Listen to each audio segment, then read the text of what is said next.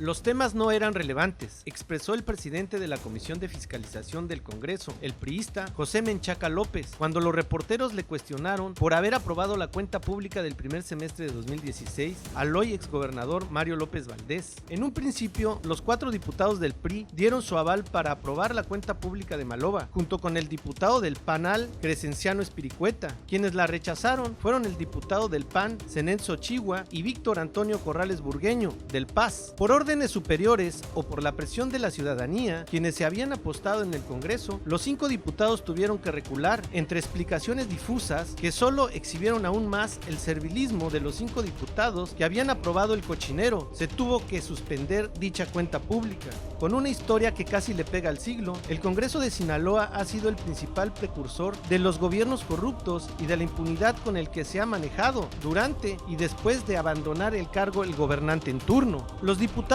han sido los lacayos del gobernador en turno y en el caso de López Valdés fueron los mismos que le aprobaron las 10 cuentas públicas anteriores a las de 2016. El desaseo financiero de Maloba, solapado por el Congreso y sus diputados, se traduce en más de 752 millones de pesos de retenciones y contribuciones no enteradas al SAT por ISR, al Instituto Estatal de Pensiones y a diversas empresas de seguros, 5.340 millones de pesos por cuentas por pagar a corto plazo, 4.457 millones de pesos por pasivos sin fuente de pago, 4.642 millones de deuda pública a corto plazo. El auditor del Estado, Antonio Vega Gagiola, y familiares fueron parte del saqueo al convertir la Auditoría Superior del Estado en un negocio de familia. Vega Gagiola, por una parte, pretendía señalar los turbios manejos de Maloba y por la otra era su bufet quienes pretendían ocultar el cochinero. Histórico resultó el no aprobar las cuentas públicas en el universo de corrupción en el que durante más de 80 años se han manejado políticos y gobernantes en Sinaloa. Historia de una clase de individuos que se han apropiado del patrimonio público y de vergüenza de otros que en esos más de 80 años perdimos hasta la dignidad. El momento de recuperarla al fin llegó.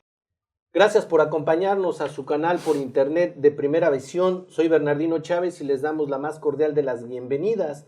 Estamos grabando acá en Culiacán, Sinaloa, al noroeste de México, y hoy vamos a tratar aquí sobre esta mesa de análisis a la que le hemos llamado En Retrospectiva, de un tema que aquí en Sinaloa, aquí en Culiacán, ha estado muy sonante y muy importante para toda la ciudadanía. Nos referimos a un dato histórico que, bueno, no sé si nos dé vergüenza o hay algo que hay que festejar, porque las cuentas públicas del exgobernador, al menos los dos últimos semestres, pues le dieron para atrás a Mario López Valdés en el Congreso, después de hacer una infinidad de ridículos por parte de los mismos diputados, sobre todo de fiscalización.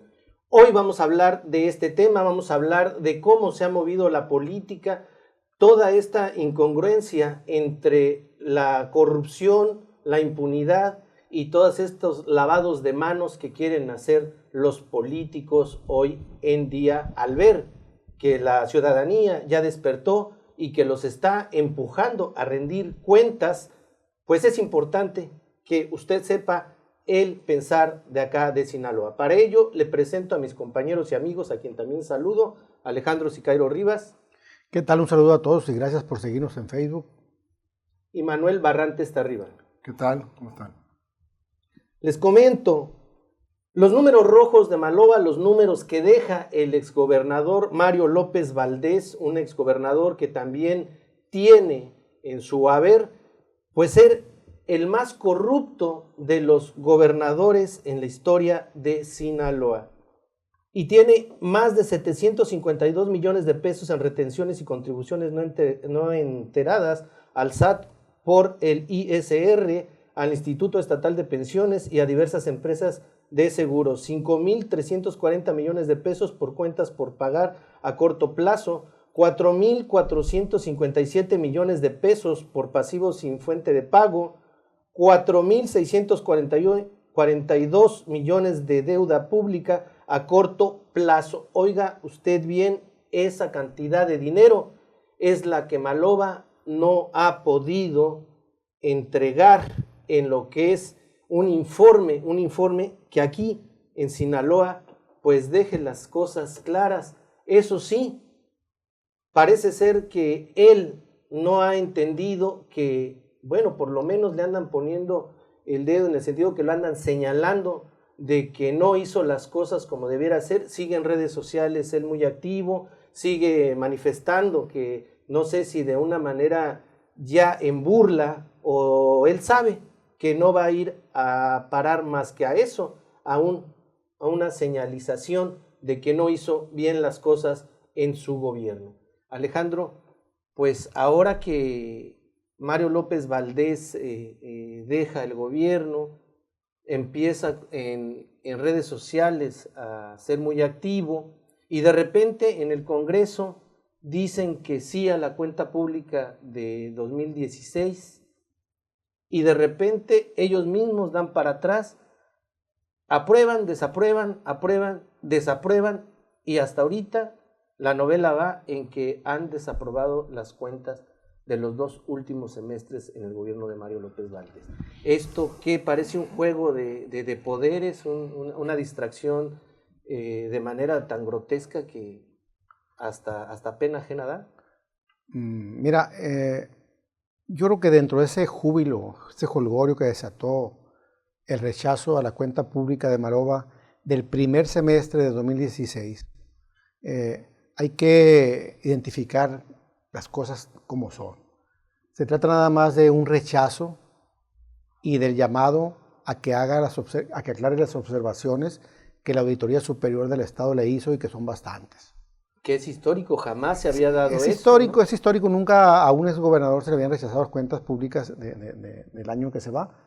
Pero yo lo que quiero rescatar aquí es que el Congreso del Estado por primera vez generó en la ciudadanía un estado de ánimo donde la gente cree que se va a investigar y que Marova va a la cárcel, lo cual todavía no es. Está muy lejos de pasar. ¿No? O alguno de sus funcionarios, no precisamente el gobernador, puede ser uno de sus funcionarios, lo cual no. Simplemente la auditoría dice, tiene bastantes observaciones y los diputados dicen, pues con esas observaciones yo no puedo pasar las cuentas públicas. Pero hay rasgos que meten esto bajo sospecha, exactamente porque mientras el gobernador, con ese cúmulo de observaciones que deja al Estado endeudado en una crisis financiera tremenda, con dependencias que no saben en qué gastaron el recurso, sí saben, pero no lo explicaron, no lo fundamentaron, con algunos funcionarios muy marcadamente, con actitudes de corrupción que todo el mundo vio, que todo el mundo sentimos, que los medios señalaron. Documentadas. Documentadas y finalmente creo que todo el tiempo la sociedad cuando sospecha ha tenido razón, nunca se ha equivocado. En este caso también al mismo tiempo les perdona las irregularidades a alcaldes de municipios donde también la marca de la corrupción está muy visible, está muy patente, que es el caso, por mencionar, Mazatlán con Carlos Felton, Sergio Torres en Culiacán y el presidente municipal de Ahome, que mandaron un desastre informativo al Congreso, no explicando, por ejemplo, en Culiacán, la deuda sin fuente de pago, o sea, una deuda que no hay de dónde pagar, está arriba de los 360 millones de pesos, y la deuda a corto plazo, que es lo que se tiene que pagar dentro de 4 o 5 años, está como 700 millones de pesos, son más de 1,000 millones de pesos. Está el asunto del par vial, que nunca se supo cómo se hizo, quién lo hizo, dónde quedó el dinero que sobró, porque realmente no costó lo que dijeron que costaba. Los puentes. Entonces lo dejan pasar, los diputados dejan pasar esa cuenta pública, la aprueban sabiendo que era uno de los municipios que punteaba en cuanto a datos de mal uso de recursos públicos. Entonces la dejan pasar, la de Marova no la dejan pasar, y tienen razón en no dejar pasar la de Marova, pero se hubieran visto mejor si a todos los miden con el mismo rasero, y a todos los que traían observaciones graves, rechazar las cuentas públicas para que vengan luego a explicar qué hicieron con el dinero. Y si no pueden explicarlo, entonces sí, que la Fiscalía Anticorrupción que se va a crear o la Auditoría Superior del Estado sí ya instauren en también las primeras denuncias penales. Pero en la Procuraduría todavía hay un ex empleado del gobierno Pero anterior. eso es en tanto se cubre el trámite de nombrar nuevo procurador o nuevo fiscal estatal, ¿no? Por eso, pero en este él momento está ahí, sí, él está ahí, pero no va a tener nada hay... que ver en todo esto que sigue, no va a tener nada que ver, no tardan ya en nombrar al procurador. Lo que digo yo es que se actuó con imparcialidad, con parcialidad, perdón, porque este gozo que nos genera que a Maloba sí le suspendan la cuenta pública se traduce también en el enojo de que a los municipios donde hay marcados rasgos de corrupción se las aprueben. Bueno, pero también aquí Sergio Torres pues anduvo muy activo en redes sociales cuando lo grabaron en la campaña de Eloy gobernador, cuando le decía Eloy gobernador, oye, te encargo, ahí las sindicaturas andan bajas, y él contestaba a Sergio Torres, es que ya les dimos hasta un apoyito y vamos a ir a hacer la chamba por ahí. Bueno, habla de toda la miseria esta que cargamos los sinaloenses en lo que tiene que ver con la corrupción y la impunidad. Manuel, ¿cuáles son las señales que tú ves de la clase política, la clase gobernante hacia la ciudadanía? ¿Es puro darle a tole con el dedo? Circo. Me voy a permitir robarle a esta mesa un minuto para, aprovechando que lo recordé por mencionar al escuchar toda esta descripción de ese circo político, ¿no? Espero que los niños del equipo de fútbol TNT de Tayoltita, del municipio de Lota, hayan disfrutado la función de circo de ayer, que como una manera simbólica de premiarlos por su esfuerzo y por haber logrado el segundo lugar del campeonato en el que participaron. Y quiero felicitarlos, espero que se les hayan pasado bien, que hayan disfrutado esa función, y quiero felicitar y agradecer al profesor Martín, al profesor Lázaro, a la señora Graciela por haberme invitado, haberme hecho el honor de invitarme a ser parte de ese esfuerzo por sacar de las calles, por mantener alejados de las calles a los niños mediante la práctica de un deporte donde lo que los niños me dijeron a mí es que tienen muy claro los conceptos de disciplina y responsabilidad. Un saludo desde aquí y un llamado a la sociedad que se une y que tratemos de apoyar esos proyectos ciudadanos, como ciudadanos estoy hablando, porque no esperemos que vengan de parte de los gobernantes, porque vendrán acompañados de un logotipo que por una miseria que aportan para esos proyectos ya quieren que sean anunciados y que su partido o su nombre salga en todas las camisetas, cachuchas, gorras, lo que sea. Bueno, ahora sí paso al otro circo, ¿no? Adelante. Al otro circo. Adelante. Bueno, como ciudadano, pues antes de ser ciudadano soy un ser humano, ¿verdad? Que vivo en una comunidad. Cuando decimos ciudadano, pues el contexto donde se ubica ese ser humano ciudadano es en el Estado, en un Estado, ¿no? Y los otros elementos de ese Estado fundamentales, los otros elementos fundamentales de esa comunidad o esa organización política que con su desarrollo o su evolución en la historia llegó a convertirse en el Estado, en un Estado, los otros elementos fundamentales son el territorio y el gobierno. Entonces, en ese sentido, ustedes han sido testigos y las personas que nos han visto y quien quiera que me haya escuchado, que yo he mantenido una campaña, un grito en el desierto, como dicen, de hacerle entender a los otros seres humanos, ciudadanos mexicanos, de esta y otras entidades federativas, de que debemos tener muy en claro que hay una línea divisoria que no debería existir entre nosotros, los seres humanos, los ciudadanos, y el gobierno. O sea, las estructuras, las instituciones, los recursos materiales, los presupuestos y los seres humanos que alguna vez fueron ciudadanos, que ahora están ahí dentro de ese cártel que se llama gobierno, son otra cosa y nada bueno podemos esperar de ellos. Todo siempre lleva una mentira, un circo, ¿no? Esto que hicieron ahora de, según alabarse ellos mismos en el Congreso, de no palomear las cuentas públicas del primer semestre de 2016, es como si de repente, de la noche a la mañana, se hubieran vuelto pues los defensores de la patria, los defensores de la ciudadanía, cuando 10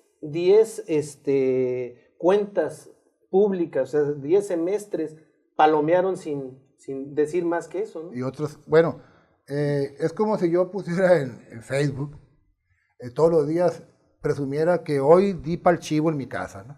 O sea, es una obligación, esa es la obligación de ellos, que no la habían venido cumpliendo nunca. Y porque ahorita fingen cumplirla, ya se están autoaplaudiendo. No hay que olvidar que días antes de esa supuesta suspensión, pues, de la cuenta pública o de la suspensión de la aprobación mientras se aclaran esos asuntos, ya en comisiones, el PRI y el PANAL habían dictaminado aprobarla, ¿no? Vino una señal de arriba, que según yo responde a una señal de abajo, de que ellos miden su popularidad. Ellos sabían, Quirino y los asesores de más arriba o de más abajo, sabían que iba a ser desaprobado por la mayoría de la población, por nosotros los ciudadanos. Entonces, yo creo que de alguna manera, más bien, debemos de entenderlo como un logro mínimo, si quieren, de los ciudadanos, que gracias a esa presión que hemos venido ejerciendo, los que hemos estado activos en esta lucha y en otras, logramos que metieran el freno y dieran reversa. Ahorita andan viendo cómo cumplen con sus compromisos con Maloba y a la vez nos quedan bien con nosotros. Están viendo, pero yo estoy de acuerdo con Alejandro, difícilmente va a pasar más allá de ser un circo.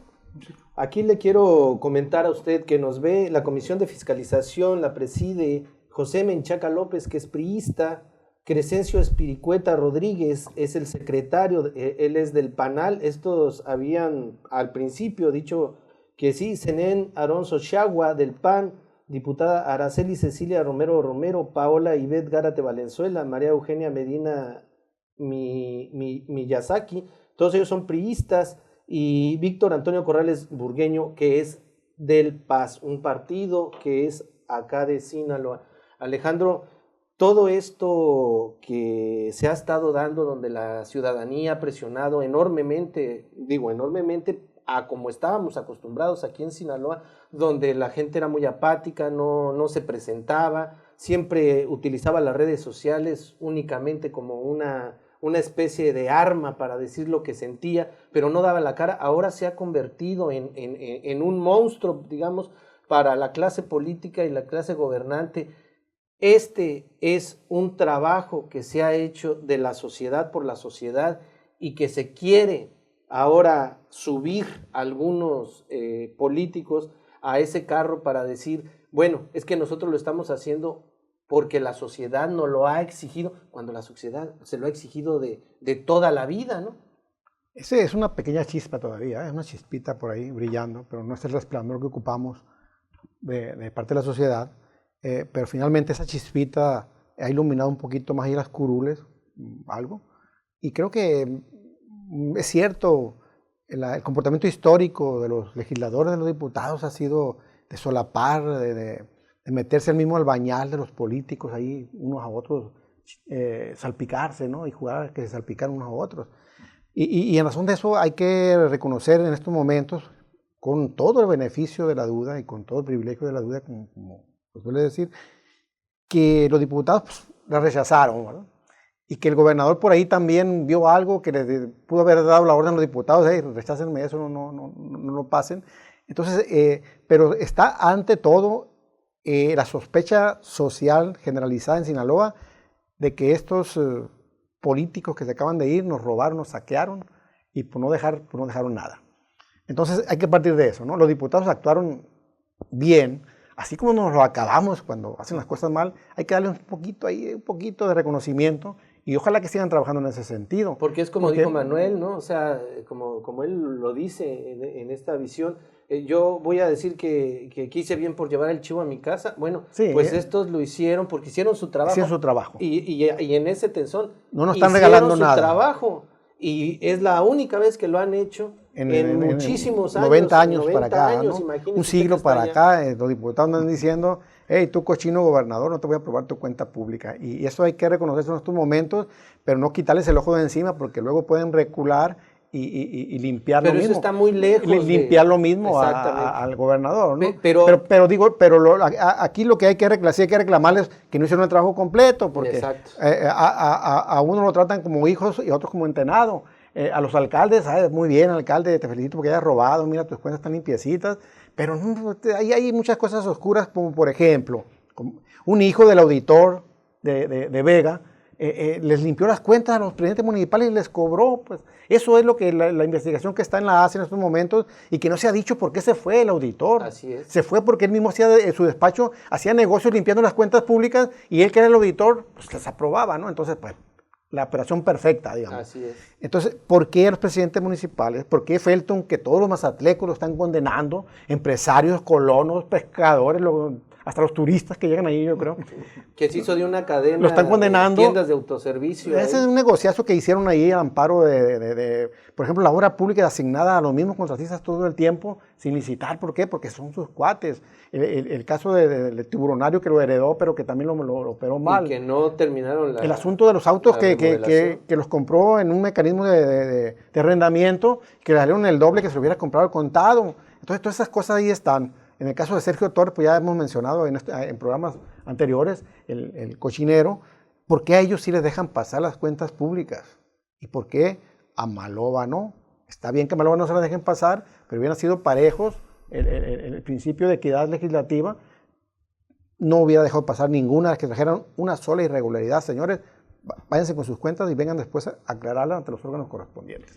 Manuel, ¿qué le queda a la clase política en el sentido de que si hay algo que los pueda salvar de la condena que se les viene encima de toda esta corrupción e impunidad? ¿Hay algo que puedas decir, pues por este lado se les podría salvar? Yo veo una clase política turbia, una clase política engañosa, una clase política que está jugando con sus fichas y que tiene el poder de los medios para manipular toda esta información y creer que puede hacer de un fracaso una victoria. Bueno, yo creo que, como dice Alejandro, lo que podría generar la sensación o la idea de que van en serio, de que no son que no es circo, pues que no es nada más por entretener a las masas que en este momento quieren sangre, no quieren que caiga uno, el que sea, y se llama Maloba mejor. Si van en serio, pues estoy de acuerdo con Alejandro, tienen que suspender la aprobación de la cuenta, yo hablo de Culiacán, de Sergio Torres, ¿no? La cuenta de las cuentas, de la aprobación de las cuentas públicas de Sergio Torres. Y, ojo, en el Congreso están Paola Gárate y Tomás Amador, hijo de Daniel Amador, que fueron funcionarios con Sergio Torres. Ahí hay un conflicto de interés, ¿no? Entonces yo creo que esa sería una manera en que los legisladores nos demostraran de que van en serio, de que no están fingiendo, que no es nada más al que en este momento quedó descobijado, por decir algo, aunque aparentemente, ¿no? Para eso también sería importante, creo yo, que los ciudadanos, pues desde el punto de vista que yo trato de hablar, estemos ahí presionando a esos legisladores, así como se presionó en el caso de Maloba para que no aprueben esa cuenta. Por ahí salió un desplegado en un periódico donde un grupo de empresarios felicita a los diputados por haber llevado chivo a su casa, o sea, por haber hecho una vez en 100 años, una sola vez, haber dado un pequeño paso hacia adelante. Está bien. Legitimarse con la sociedad, sí, baños de pueblo. Sí, de todos así es. Y por ahí ahí juntaron una serie de firmas, algunos abajo firmantes muy conocidos en la comunidad.